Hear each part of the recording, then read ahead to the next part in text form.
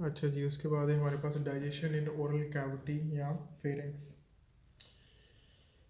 तो मैंने आपको पिछले स्क्रीन के अंदर, वीडियो के अंदर बताया था कि हम इस लेक्चर को कंप्लीट करेंगे। सबसे पहले हम पढ़ेंगे डाइजेशन इन ओरल कैविटी, जो कि हमारे पास हमारे एलिमेंट्री कनाल का पहला हिस्सा था। ओरल कैविटी, फिर उसके बाद जो है वो स्टमक, और स्टमक के बाद इंटेस्टाइन, और फिर लार्ज इंटेस्टाइन। तो सबसे पहला पोर्शन है digestion in oral cavity. Oral cavity के अंदर यहाँ 3 तरह के मराहल से खुराक को गुजरना पड़ता है स्टमक और इसोफिगस में उतरने के लिए। सबसे पहला जो ओरल कैविटी के ज़ुम्मे काम है वो है सिलेक्शन ऑफ फूड। उसके बाद है ग्राइंडिंग, मेस्टिकेशन भी जिसको कहते हैं, और इसको डाइजेशन यानी समवट पार्शली डाइजेशन इसको हम कहते हैं। मुकम्मल डाइजेशन नहीं, सिर्फ थोड़ी सी डाइजेशन होगी, वो भी हम देखेंगे किस चीज़ की। उसके बाद है सॉल्विंग, ठीक है, निगलना। एक छोटा सा मास यानी बॉलस बन जाता है जिसको फिर निगलना होता है। अच्छा जी, ये जो है लेट्स सपोज हमारे पास है ओरल कैविटी, ठीक है। ओरल कैविटी, तो ये एक डायमेंशन से अगर यानी ये बिल्कुल सामने से मुंह खुला हुआ आपका, ये अपर लिप एंड जास, ठीक है, ये ऊपर वाला लिप और ये नीचे वाला लिप, ठीक है। अगर आप यहाँ देखें तो यहाँ आपको टीथ भी नज़र आते हैं, यहाँ यूँ टीथ होते हैं।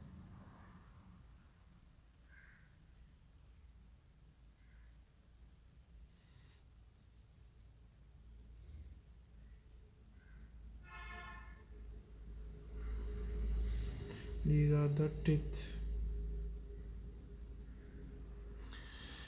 तो ये टिथ क्या करते हैं, यानी खुराक को चबाने के लिए, बड़े बड़े मॉलिक्यूल्स को छोटे छोटे मॉलिक्यूल्स में ग्राइंड करने के लिए। अच्छा, टिथ के बारे में मैं चाह रहा हूँ कि मैं आपको थोड़ा सा डिटेल से बता दूँ यहाँ। टिथ जो है, फर्स्ट ऑफ ऑल सबसे पहले जो बच्चे के अर्ली लाइफ में टिथ होते हैं उनको हम मिल्क टीथ का नाम देते हैं, और ये नंबर में 20 होते हैं, ठीक है। तो जैसे ही यानी थोड़ा सा टाइम गुजरता है, जैसे जैसे ग्रोथ होती है, तो बाद में जो है ये टीथ परमानेंट आ जाते हैं।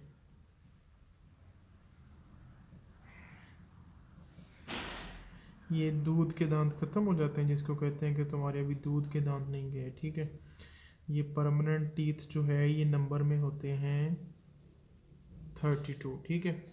यानी 16 ये ऊपर वाले जबड़े में और 16 ये नीचे वाले जबड़े में। ओवरऑल ये टोटल कितने हैं, 32। अच्छा, ये टीथ जो है मैं आपको थोड़ा सा यहाँ बता दूँ।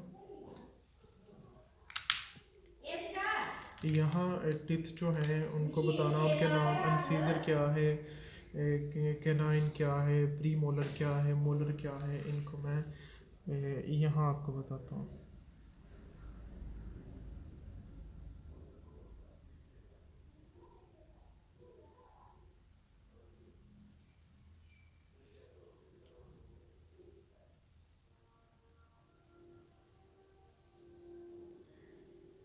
अच्छा जी, तो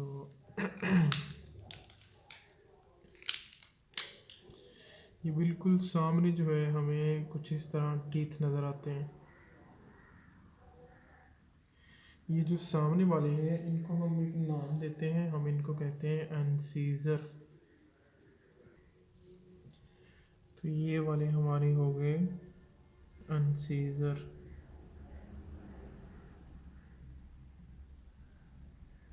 ठीक है। अच्छा, अनसीजर के बाद जो है दोनों तरफ आपको यूं एक नुकीला चोंच वाला दांत मिलता है, यूं। और इसको हम नाम देते हैं केनाइन, ठीक हो गया। केनाइन से थोड़ा पीछे की तरफ अगर हम आए तो यहाँ आपके होते हैं प्री मोलर। इनको हम क्या नाम देते हैं, प्री मोलर, ठीक है। और प्री मोलर के बाद जो है यहाँ आपके पास होते हैं मोलर, मोलर, ठीक है। ये इनकी अरेंजमेंट आपने याद रखनी है। तो इनका एक फार्मूला भी है, फार्मूला मैं आपके सामने यहाँ रखता हूँ। सबसे पहले अनसीजर है ना, अनसीजर, फिर कैनन, केनाइन, और फिर इसके बाद प्री मोलर, और फिर इसके बाद मोलर, ICPM। तो इसकी जो अरेंजमेंट, इनका फार्मूला ये बनता है कि 2/2 और जो कैनन है ये 1/1, प्री मोलर जो है ये 2/2, और ये जो मोलर है ये आपके पास बनते हैं 3/3। इसका मतलब है कि यानी ये दो जो होंगे वो एक साइड पे होंगे, दो एक साइड पे होंगे, ठीक है। ये टोटल यानी ओवरऑल कितने हो गए, ये 4 हो गए हमारे पास, ठीक है। और दो ये हो गए, एक ये दोनों एक एक साइड पे होगा, यानी ये एक साइड पे, ये एक साइड पे, ये कितने हो गए, ये 2 हो गए, ठीक है। और ये फिर कितने हो गए, यानी हमारे पास जो प्री मोलर हैं ये, यानी दो एक साइड पे, दो जबड़े के एक साइड पे, यानी ये फिर कितने हो गए 4। और ये कितने हो गए हमारे पास 3 यानी 6 प्री मोलर, यानी एक ही जबड़े में ये मोलर एक साइड पे, यानी ये 3, और इस तरह दूसरी साइड पे भी ये 3। ये खाली सिर्फ एक जबड़े की बात हो रही है, क्योंकि जबड़ा जो है उसकी लेफ़्ट साइड भी है, राइट साइड भी है। तो ये कितने हो गए 6, अगर इनकी हम काउंटिंग करें 10, 12, 12 और ये 4 कितने हो गए 16, और ये टोटल एक जबड़े में हमारे पास कितने टिथ हो गए 16। तो यानी जबड़े तो 2 हैं, इसको अगर हम मल्टीप्लाई करें 2 के साथ, ये कितने हो गए 32। ये अरेंजमेंट जो है ये आपने याद रख लेनी है, ठीक हो गया। तो जी ये तो हो गया टिथ के बारे में मैंने आपको इन्फॉर्मेशन दी है। उसके बाद जो है हम इसको स्टार्ट करते हैं सिलेक्शन ऑफ फूड से, कि सिलेक्शन ऑफ फूड जो सिलेक्शन ऑफ फूड में बेसिकली टंग यानी हमारी ज़ुबान का बहुत ही इंपॉर्टेंट रोल है। ज़ुबान किस तरह इंपॉर्टेंट रोल प्ले करती है, यानी यहाँ इसके पास होते हैं टेस्ट बर्ड्स, ठीक है। ये चीज़ों को चख के डिटेक्ट करेगी किस चीज़ का जायका किस तरह का है ये, यानी अगर आपको प्लेन यानी वो खुशगवार लगती है आप उसको सिलेक्ट कर लेते हो, नहीं तो आप उसको रिजेक्ट कर देते हो। This is selection of food. तो वो हमें नाक से सूंघ के भी पता चल जाता है, हाथ से टच करके भी पता चल जाता है। जब हमारा हाथ का टच नाक से सूंघने की स्मेल, जब ये दोनों काम ना कर रहे हो, फिर ज़बान जो है टेस्ट बड ये उसको देखती है सिलेक्ट करना है या रिजेक्ट करना है। और अगर खाने के अंदर कुछ स्टोनी मटेरियल हो, कोई हार्ड हो, इस तरह का मटेरियल, वो भी ज़बान उसको डिटेक्ट करती है, हम उसको फ़ौरन ही रिजेक्ट कर देते हैं। तो ये तो हो गया हमारे पास सिलेक्शन ऑफ फूड, ठीक है। तो सिलेक्शन ऑफ फूड यहाँ एक इम्पोर्टेंट चीज़ है, यहाँ सलेवरी ग्लैंड्स पड़े होते हैं। तो ये बेटा जी सलेवरी ग्लैंड्स जो हैं ये 3 तरह के होते हैं। तो जो सबसे पहले हैं उनको हम कहते हैं सबलैंगुअल ग्लैंड्स, ठीक है। ये पाए जाते हैं हमारी ज़बान के यहाँ नीचे, यहाँ सबलैंगुअल ग्लैंड्स। और उसके बाद जो दूसरे ग्लैंड हैं हमारे पास वो हैं हम जो दूसरे हमारे पास वो हैं सब मैक्सिलरी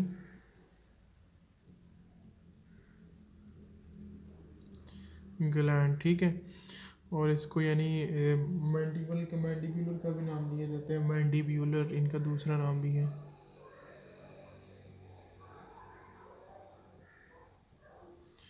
और जो तीसरे तरह के ग्लैंड हैं उनका नाम है पैरोटिड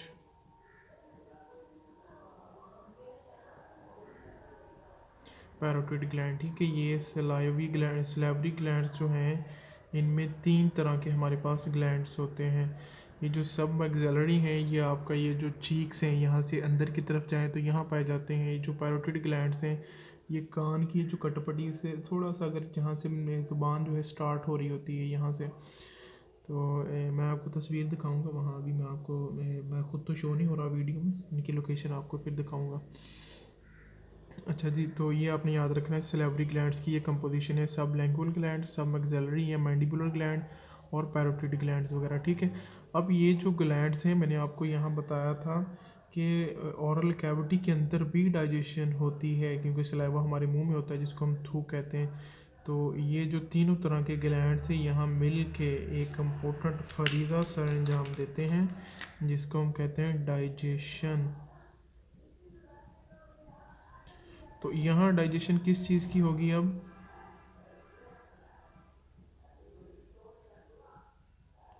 कार्बोहाइड्रेट्स की ये डाइजेशन करवाएंगे यहाँ, जैसा कि माल्टोस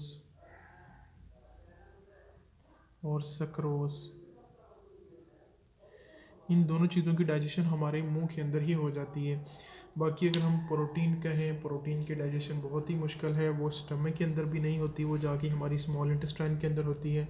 बाकी लिपिड्स होगी, दूसरी सारी चीज़ें, तो यहाँ बाकी किसी चीज़ की डाइजेशन होगी वो कार्बोहाइड्रेट से होगी। कार्बोहाइड्रेट्स भी कौन से, माल्टोज और सक्रोज, ये सेलेवरी ग्लैंड्स उसकी डाइजेशन करवा देंगे। और यहाँ अगर हम देखें कि जो सेलेवरी ग्लैंड्स हैं वो क्या करते हैं, यानी एक और चीज़ प्रोवाइड करते हैं जिसको हम लुब्रिकेशन कहते हैं।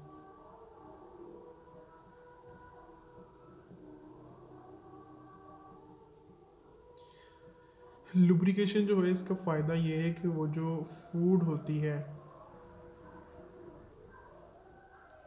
तो उसका एक बोलस बन जाता है, सेमी सॉलिड मास सा बन जाता है। तो वो फिर इस तरह अगर इसको लुब्रिकेशन मिल जाए तो ये इसोफिगस इसका गुजरना थोड़ा आसान हो जाता है। तो ये तो ओरल कैविटी के अंदर यानी सलेवरी ग्लैंड्स का क्या रोल था, ये एक डाइजेशन करवा रहे हैं और दूसरा ये लुब्रिकेशन प्रोवाइड करते हैं। तो मैंने आपको टंग का रोल भी बताया कि इसमें टेस्ट बर्ड्स होते हैं, ये सिलेक्शन ऑफ फूड में इन्वॉल्व होगी।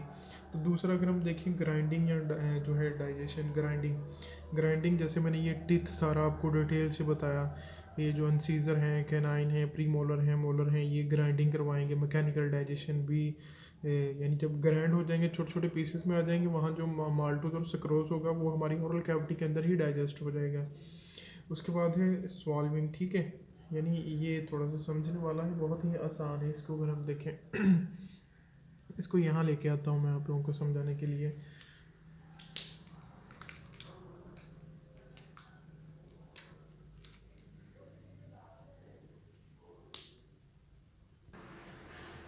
अच्छे से पहले मैं सलाइवा की आपको कंपोजिशन बता दूँ कि जो सलाइवा होता है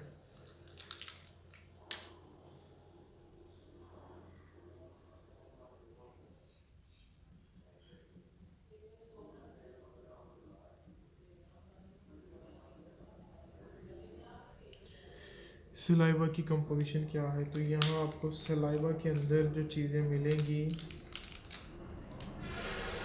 यहाँ पे आपको मिलेगा म्यूकस,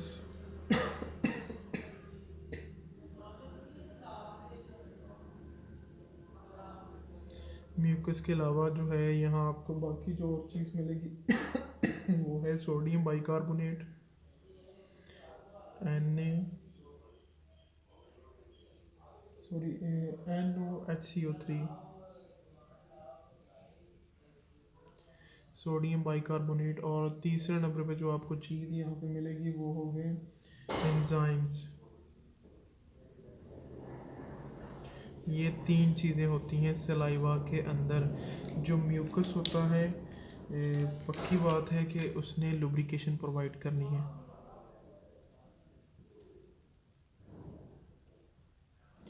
इसने क्या प्रोवाइड किया, लुब्रिकेशन। तो जो सोडियम बाइकार्बोनेट है, सोडियम बाइकार्बोनेट की नेचर है कि ये हमारे पास जो है, वाइट बोर्ड थोड़ा इधर कर दूँ आपको, सोडियम बाइकार्बोनेट होता है एंटीसेप्टिक्स, प्लस ये अल्कलाइन मीडियम प्रोवाइड करता है ओरल कैविटी के अंदर। ये पिछले वीडियो में मैंने आपको बताया था। तो यहाँ एंजाइम जो होते हैं इंपॉर्टेंट, उन एंजाइम का नाम है सलाइवरी अमाइलेस। ये क्या करवाएंगे, डाइजेशन। डाइजेशन किस चीज़ की, इन दोनों चीज़ों की, सक्रोज और माल्टोज की, ठीक है। ये सलाइवा सलेवरी ग्लैंड्स को हमने डिटेल से पढ़ लिया है। उसके बाद यहाँ है ज़रा, यानी ये जो निकलना है खुराक को किस तरह निकलना है, ये यहाँ से थोड़ा सा मैं रेज कर देता हूँ।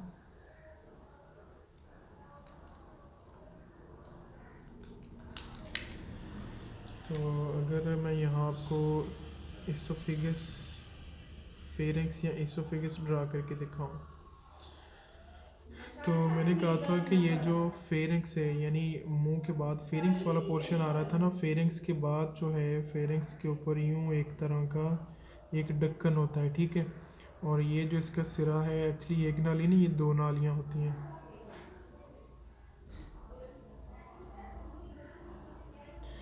ये दो नालियाँ होती हैं, ठीक है। और इनमें से जो एक नाली है, this is your wind pipe, ठीक है। और दिस वन इज योर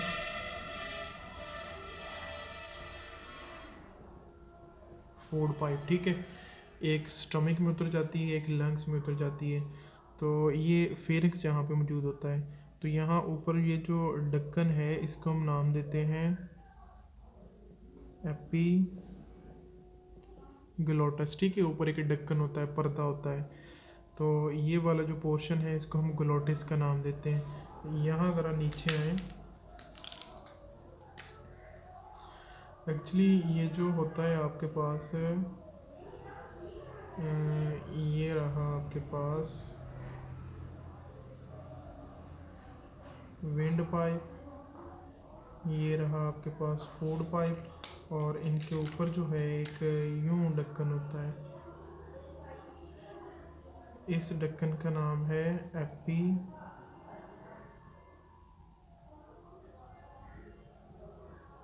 एपिग्लोटस, ठीक है। तो ये एपिग्लोटस का जो कनेक्शन है पीछे ज़ुबान के साथ होता है। किसके साथ? ज़ुबान के साथ।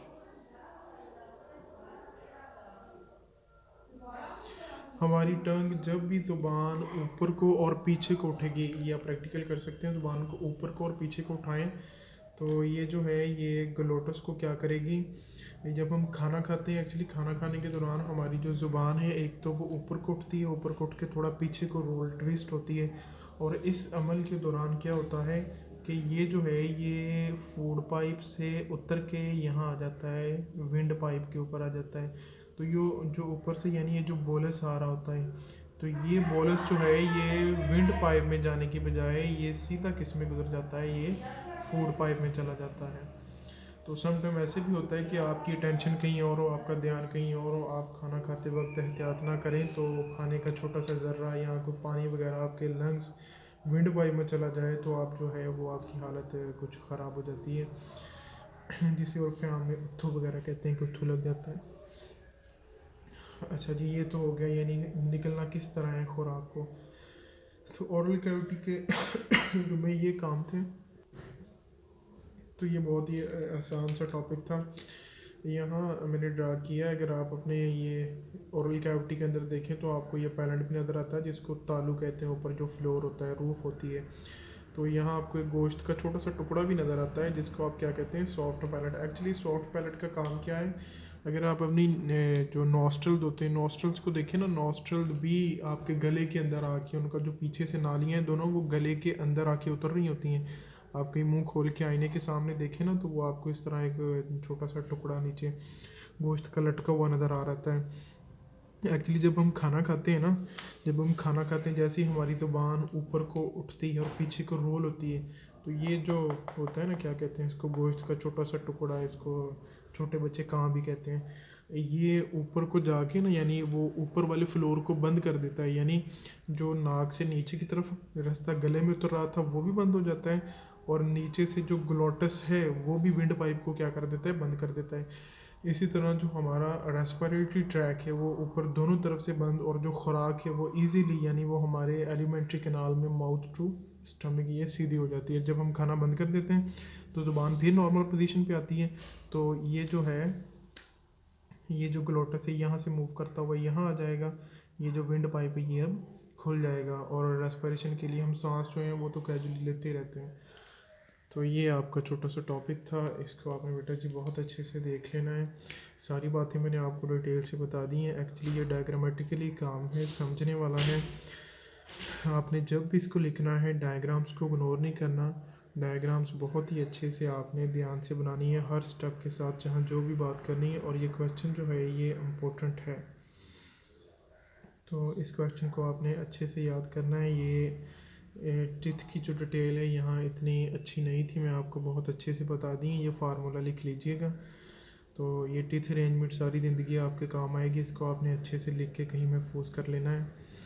तो इंशाल्लाह कल के लेक्चर में हम ये पढ़ेंगे डाइजेशन इन स्टमक और डाइजेशन इन स्मॉल इंटेस्टाइन और लार्ज इंटेस्टाइन, हम इसको कंप्लीट करेंगे। तब तक के लिए थैंक यू, अल्लाह हाफिज़।